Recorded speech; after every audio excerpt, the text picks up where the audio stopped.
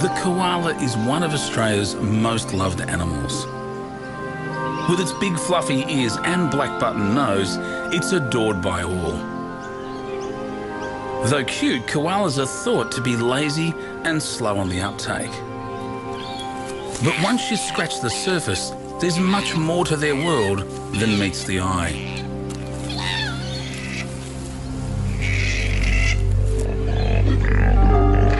Communication, conflict and even deception occur inside the usually secret world of a koala colony. With that world becoming ever more fragmented from urban encroachment, it's a society that is now under threat. 200 years ago, millions of koalas lived across Australia's eucalypt forests. Today, an estimated 50,000 remain. There's a turf war going on and the koalas are losing.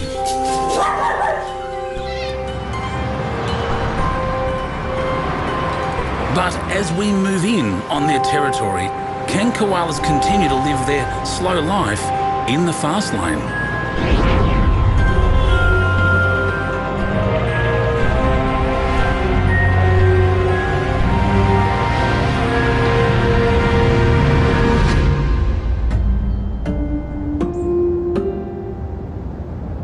Brisbane is a rapidly expanding city. It's home to 2 million people, with nearly 1,000 more moving here every week. But in the outskirts of this subtropical city are some of the best eucalypt forests in Australia. These provide refuge to countless animal species. People are the newcomers here, and they are competing with animals for the same real estate. On a typical Brisbane morning in July, residents go about their daily business.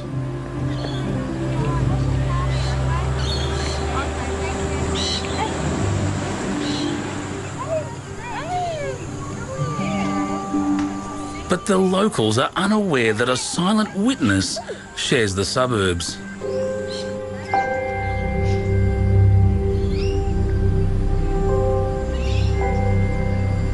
A female koala has also made this neighbourhood her home.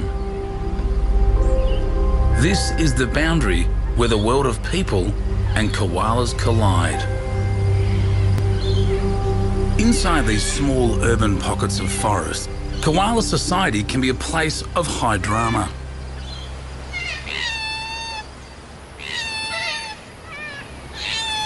For a female in the suburbs, the attention from male koalas can be exhausting because they are after one thing: sex.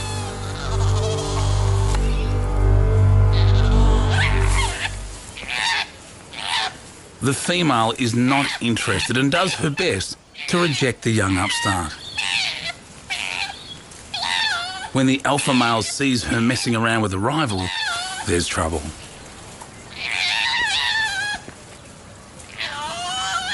Weighing in at a burly 10 kilos, this alpha male is the strongest, most powerful koala in the colony. He has earned his place through sheer brute force. And now he's coming to flex his muscles.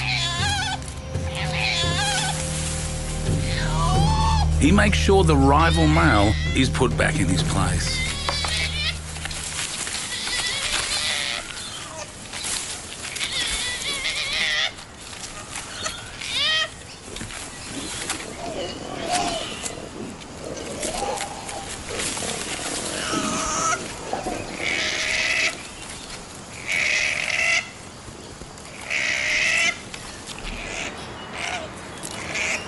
Asserting his dominance, he maintains the right to mate with this female.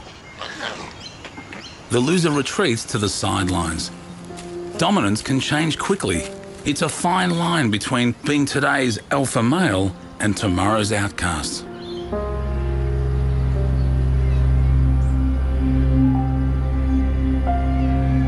Calm returns to the colony and the koalas go back to the business of browsing on gum leaves. Gum leaves are highly toxic, and this noxious diet was once believed to send the koalas into a drunken state, hallucinating from toxic compounds high in the trees. But lethargy is merely an energy-saving adaptation to their poor diet. It takes a lot of work to chew a leaf, and koalas need to eat for 4 hours a day to get enough calories. And this female is eating for 2.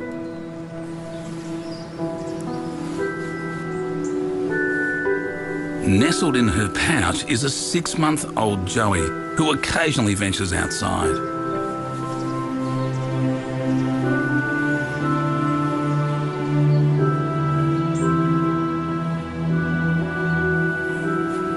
For the last 6 months, the baby has been suckling milk from the teats inside his mother's pouch.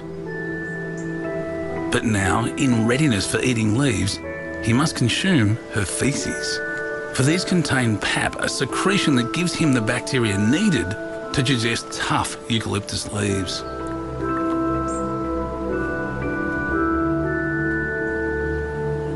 The Joey is keen to explore his new world.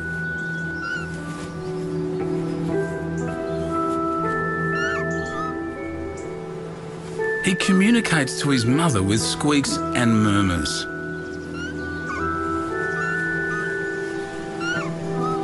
He will stay by her side until he's a year old. By then, he'll be smart to the ways of koala society and streetwise enough to navigate the suburbs. But for now, he must be content with hanging out on Mum.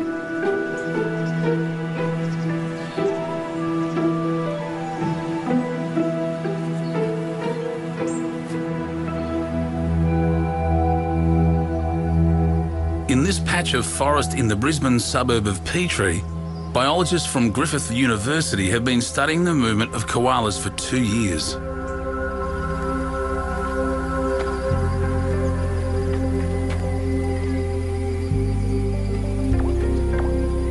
Catherine Dexter and David Black want to understand the social dynamics within a koala colony that's surrounded by the suburbs.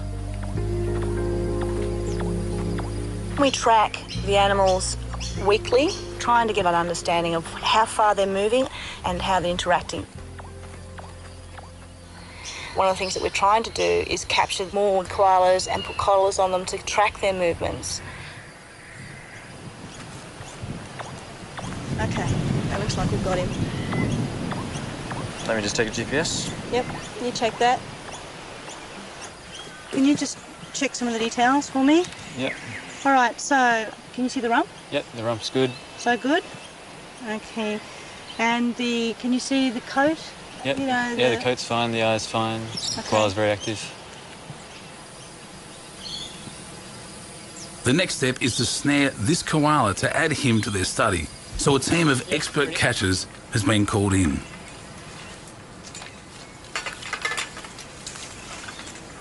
They use a pole to coax the koala down from the tree.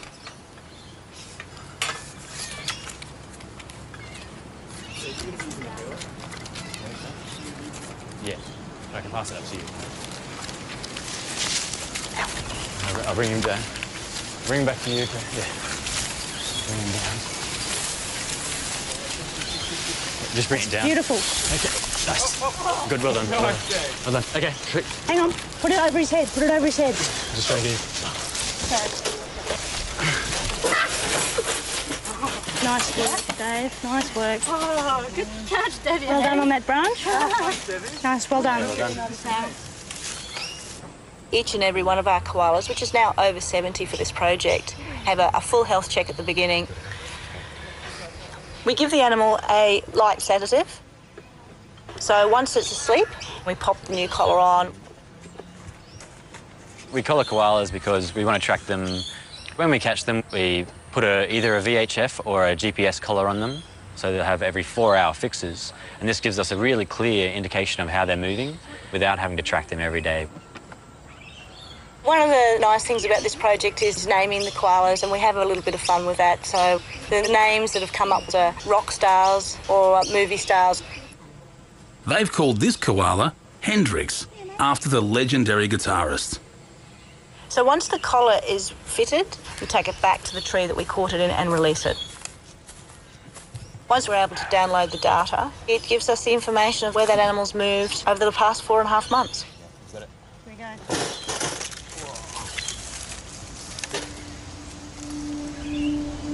Good luck, fella. For me personally, to be involved in a project like this, which is going to have major outcomes, road mitigation, that's enormously satisfying. It's now September and change is in the air. It's the start of the breeding season and the alpha male is restless. His testosterone levels are rising and he's staying close to the female. The rival male keeps his distance because he doesn't want another fight. But there's movement below. An outsider has entered the colony, so the alpha male decides to investigate.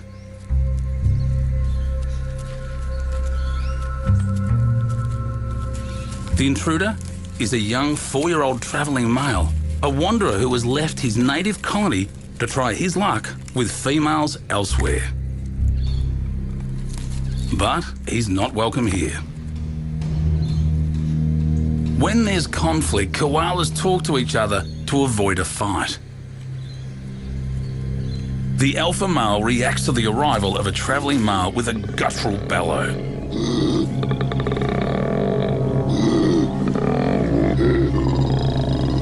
It's his way of saying, "I'm the boss, get out of my territory." And the intruder replies, "Yeah, make me." But the alpha male is having none of it. He bellows harder.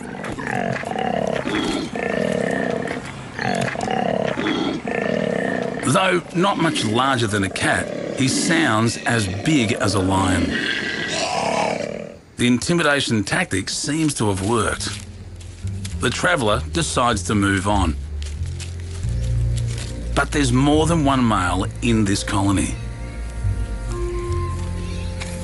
These two males embark on a different form of communication.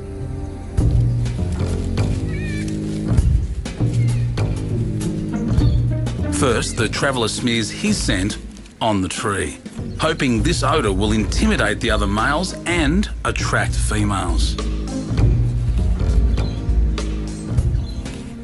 Adult males have a scent patch on their chest which they use to mark their territory.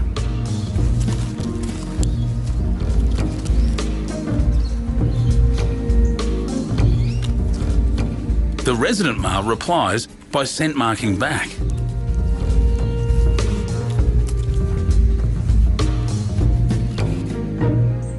Once the traveller catches a whiff of the resident male's scent, he realises retreat is probably the best option.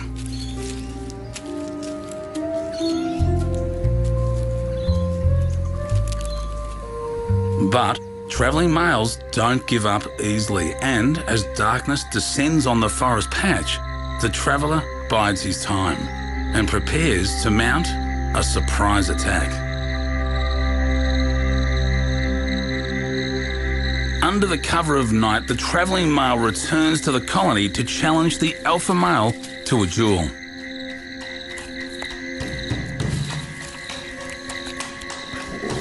The alpha male forces the intruder to the end of the branch. Far from cute and cuddly, the alpha male turns feral and the fur flies.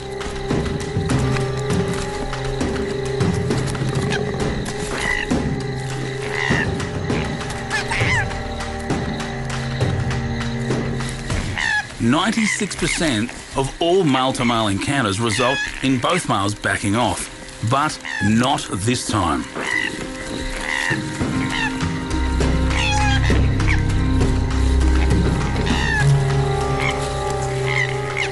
The intruder has no choice but to retreat to the end of the branch and accept he has lost this battle. The The alpha male declares victory with an almighty bellow. He wants all the koalas in the colony to know he is still king.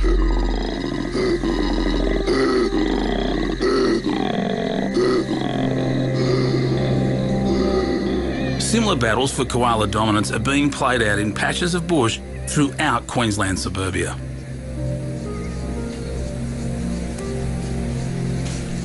The language of koalas had been a mystery until two biologists from the University of Queensland delved deeper into its meaning.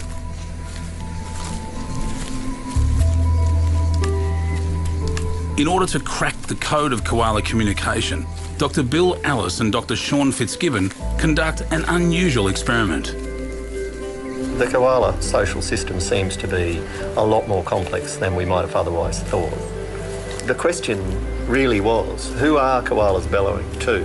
Are they advertising? Are they trying to ward other males off? What exactly is going on with koala bellowing? Yeah, we've got one, Bill, up here. We were attracted to this particular spot because we heard a bellow. It seemed like a useful tool, recording an individual's bellows and playing them back to find out under what circumstances a koala might respond to a bellow. For this experiment, Bill and Sean are joined by British acoustic biologist Dr. Ben Charlton. The idea is to play back the guttural calls of male koalas to a female and compare her reaction to each. The first sound played is the bellow from a small male koala. This is going to be playback one, and it's going to be a small male.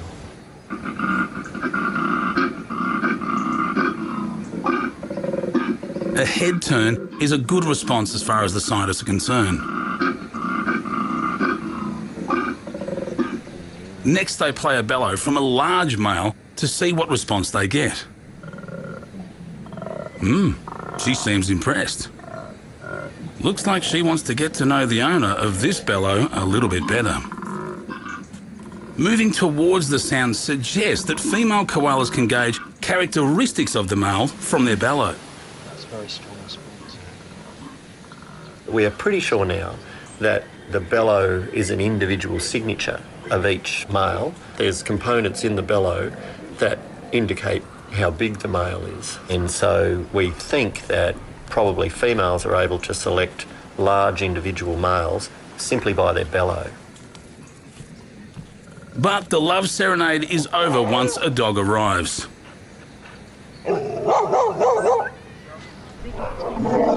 Self-preservation is more important than curiosity and romance. Koalas are found almost exclusively along Australia's east coast.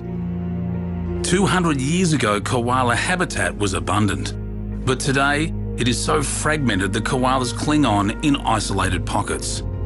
Only a few survive in the outer suburbs of Melbourne and Sydney. Brisbane is the last big city where they're found in numbers. The Petrie Science Studies site in northern Brisbane highlights a patchwork effect of forest and suburbs. Any koala that ventures out of the bush here ends up on the streets. And on their tail are biologists Catherine Dexter and David Black. We get them sitting in people's backyards where you just wouldn't think that they'd want to live. You think that they generally should be based in the bush, but we find them quite frequently out in the suburbs. They've ranged quite away from where they should be.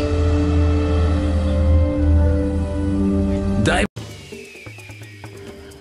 This show was created for you and your family to watch together. Welcome to Nat Geo Wild.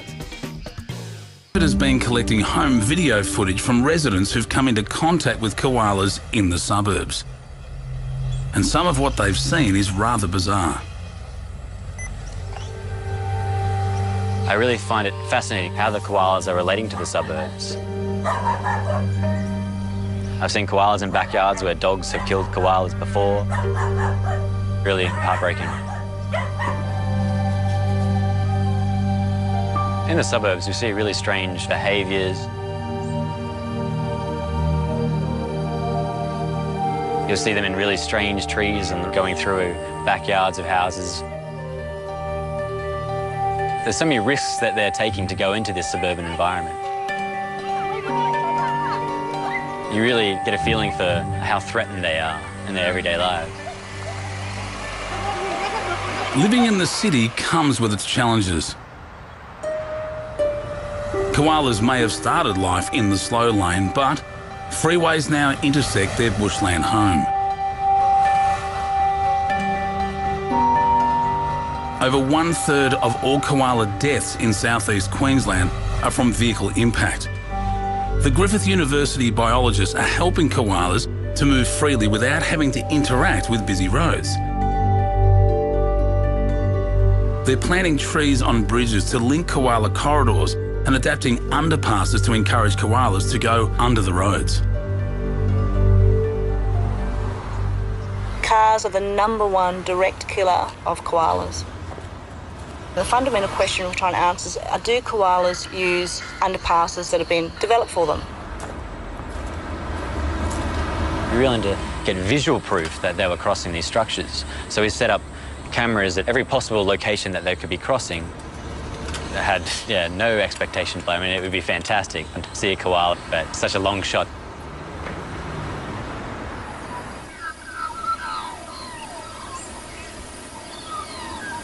It's early morning in the colony and the koalas are in no hurry to join the rush hour. Mother and baby are enjoying their tucker. Now 9 months old, the joey spends much of its time eating gum leaves. He carefully sniffs each leaf and stalk to avoid the most toxic.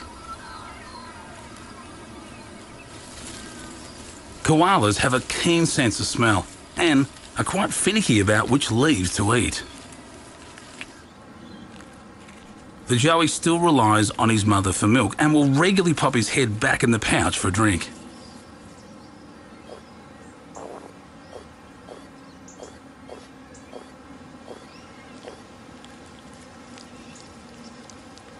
At this age, he becomes quite adventurous and will wander away from mum to explore the new world.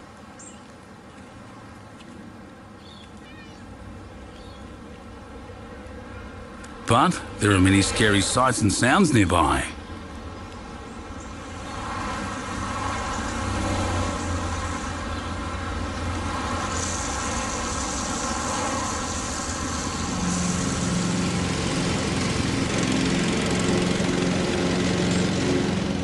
So he decides it's best to be by his mother's side, where it feels safe and warm.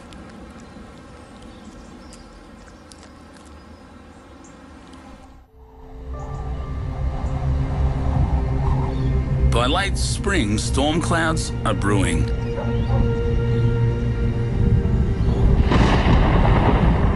It's the beginning of the severe weather season in southeast Queensland. This time of year, 100 millimetres of rain can fall in a single day, drenching the koala colony.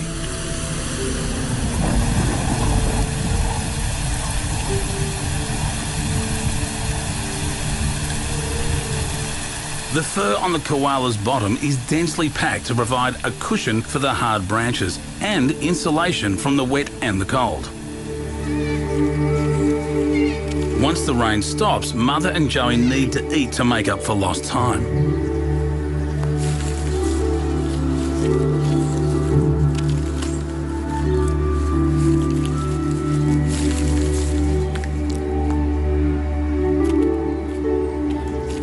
Koalas spend only 5 hours a day being active and 19 hours a day resting or sleeping, so every waking minute counts. Feeding is always the highest priority, come rain or shine.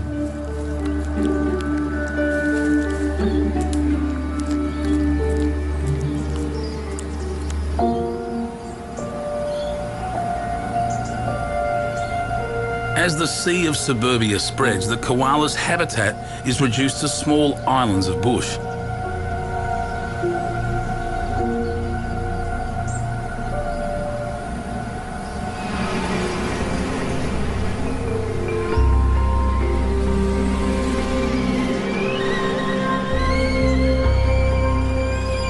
The travelling male will never experience the native bush that his ancestors knew. Instead, he will contend with all the stresses of living within the urban sprawl.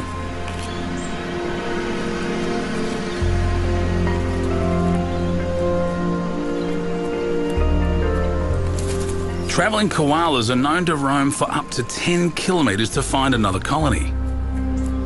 But in suburbia today, the remaining gum trees needed for food can be few and far between.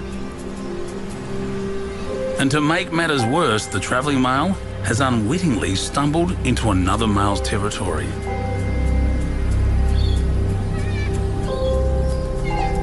The resident male isn't keen on visitors at all. He makes sure the traveller knows he's not welcome in his patch.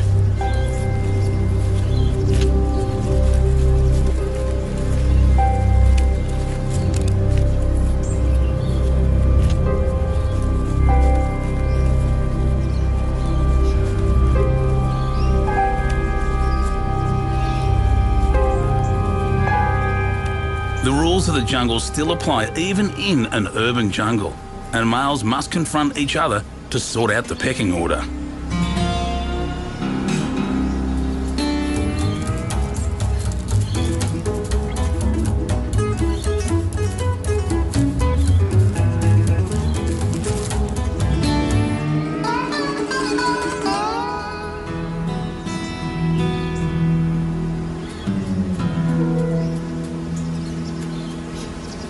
The traveller has been cast out once more.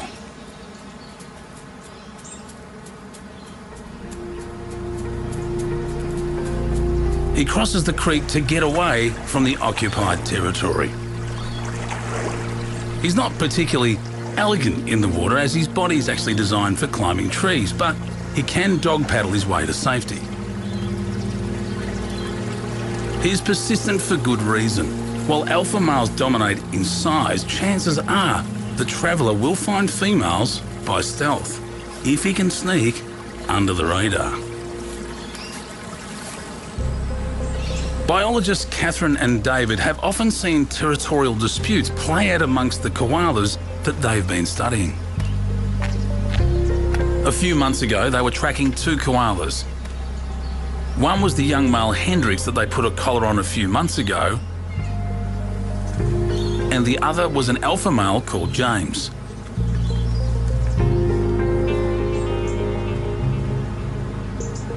Their pecking order was very clear.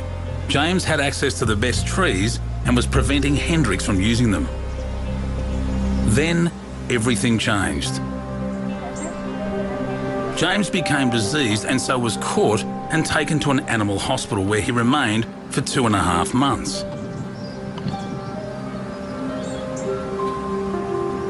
While James was absent, Hendrix took over his territory.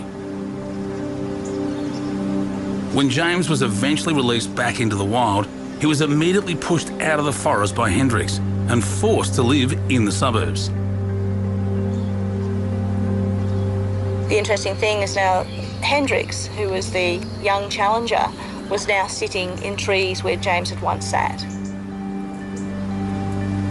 Obviously James had to find somewhere else to go. He's had to cross quite a number of roads and negotiate fences, dogs, all sorts of things. It was only a couple of weeks ago and he was still sitting in that backyard. The significance of this discovery is that it shows how quickly colony dynamics change when a dominant male is removed or incapacitated by disease. And disease is something the biologists are seeing more and more of. Chlamydia, the predominantly sexually transmitted disease, is rampant in the koala populations across Queensland.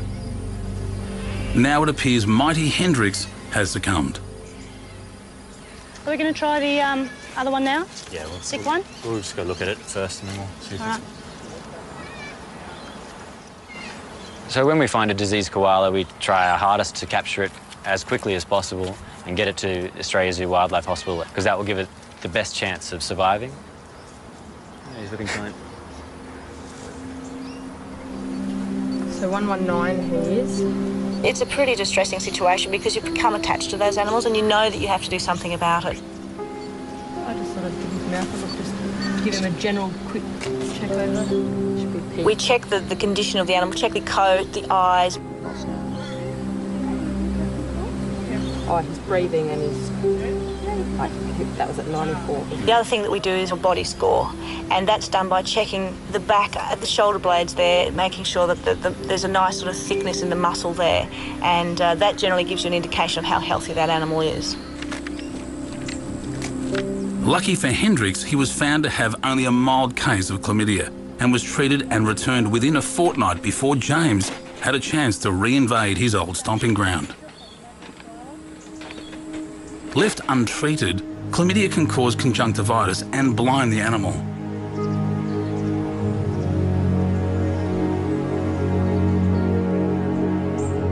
It can also lead to wet bottom, a urinary tract infection that discolours the fur on the koala's rear. A new vaccine for chlamydia is being trialled, and it's hoped that this will reduce the spread of the disease. Chlamydia often spreads through the koala population by sexual activity. But regardless of the threat of disease, when the female is in estrus and in the mood, there's little stopping treetop romance. Throwing her head back and forwards may be a sign that the female is now ovulating. Mating only lasts a few minutes and then the male is off. Male koalas play no role in parenting. Other males are hanging around, but their chances of getting lucky are thwarted in more ways than one. Apart from guarding the female from the advances of other suitors, he has secreted a gelatinous plug that glues her genital tract together. A final attempt to ensure she becomes pregnant with his young.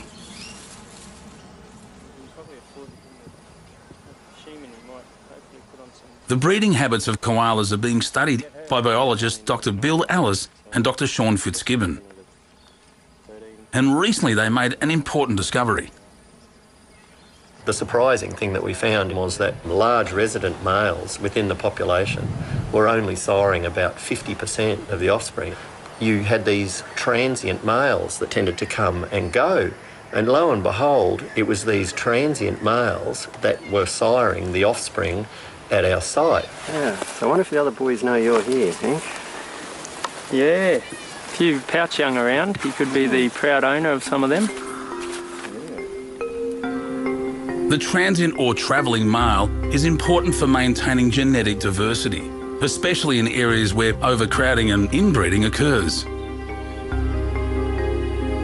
This is one of the big problems for koalas in the suburbs. At Coomera on the Gold Coast, a new suburb has been built around a small remnant of bushland. In this forest patch, as many as 15 koalas live inside an area that would normally support only a few. Bill and Sean studied 6 of these koalas and followed their movements for 4 months to see how they were affected by overcrowding. Like Catherine and David's study, they found males were being pushed out of the forest and onto the surrounding streets. There's just not enough space in there for the koalas that need to live in this area. Now, if there's that many koalas crammed into a small area, they're under a lot more pressure, which explains why in some of these crowded, isolated fragments, we do see a lot of disease.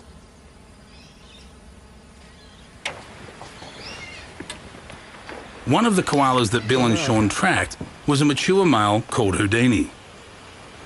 So this is where we were earlier. You can see he's definitely come through one of these fences.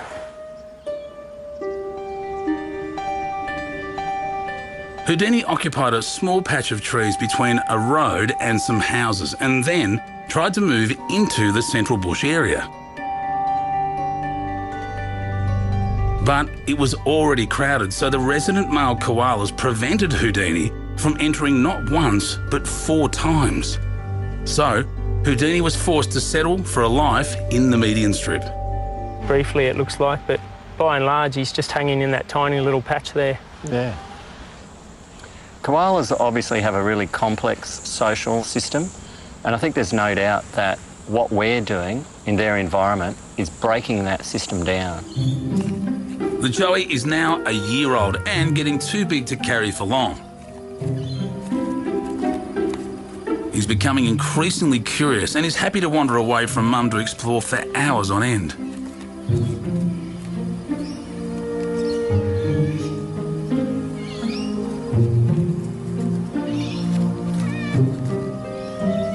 He's almost fully independent now.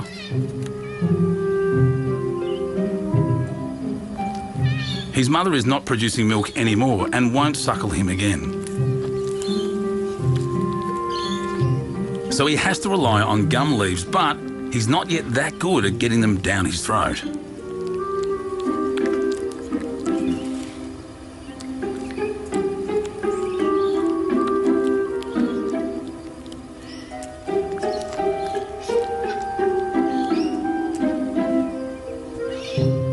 Like his mother, he will survive exclusively on eucalyptus leaves throughout his expected lifespan of 12 years.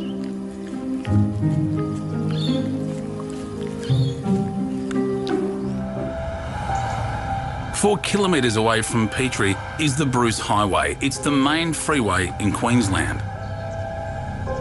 It's hard to believe that a koala would ever try to cross such a busy road, but that's what biologists Catherine Dexter and David Black have come to investigate. One of the things that we understand about roads is that they're barriers, and you would suspect a 6-lane highway to be a major barrier to an animal. Okay, yeah. He's in the fork of that tree there. So close to that road. Well, they don't seem to have any sort of concept of a busy road to a non-busy road. They seem to be driven to go in a direction and they just go. They've tracked the intrepid Captain Bogart close to this bustling spot and are now retracing his steps to understand how he arrived at this place. So, yeah, with Captain Bogart, so once we were able to get his GPS collar off, download the data and understand his movements, we were really able to see that he'd done this massive walk. The tracking data reveals Captain Bogart roamed around a patch of bush next to a major intersection on the Bruce Highway.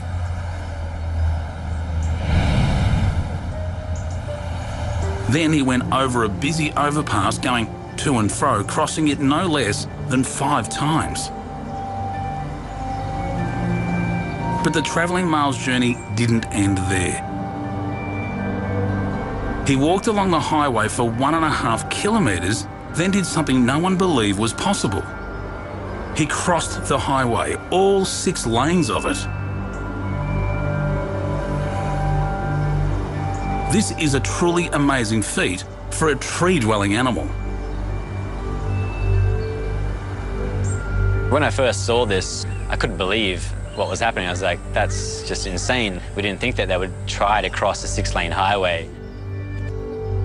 I don't think anyone's ever seen that sort of interaction with roads and major roads, and how lucky he's been to actually be able to survive all of that. 2 months ago, Catherine and David installed spy cameras inside a local underpass to find out whether koalas were using it. Today, they discover the results. So I got the images back from our tech guy, Rob. This is like all the images of the underpass using the Scout Guard cameras. Okay. First one. Oh, yeah. Ibis? Yeah. Very nice. Goanna.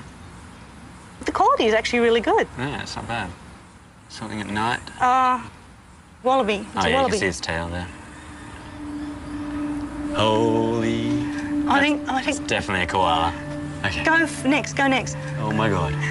This is amazing. You know what this means? I actually think we have got the first ever recorded pictures. I mean, of a koala using a retrofitted underpass.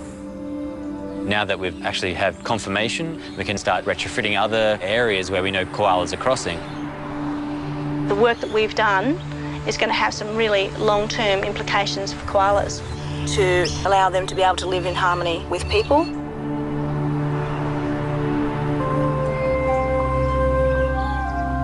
Today is a big day for one little koala.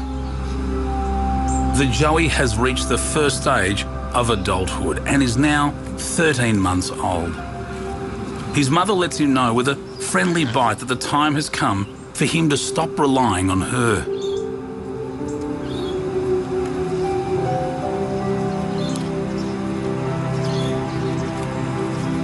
It's time to expand his horizons and find out what the world is like across the street.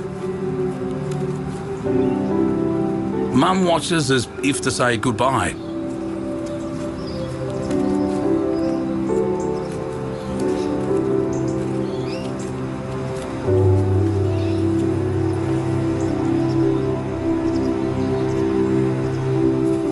He'll remain within his mother's home range for at least the next year,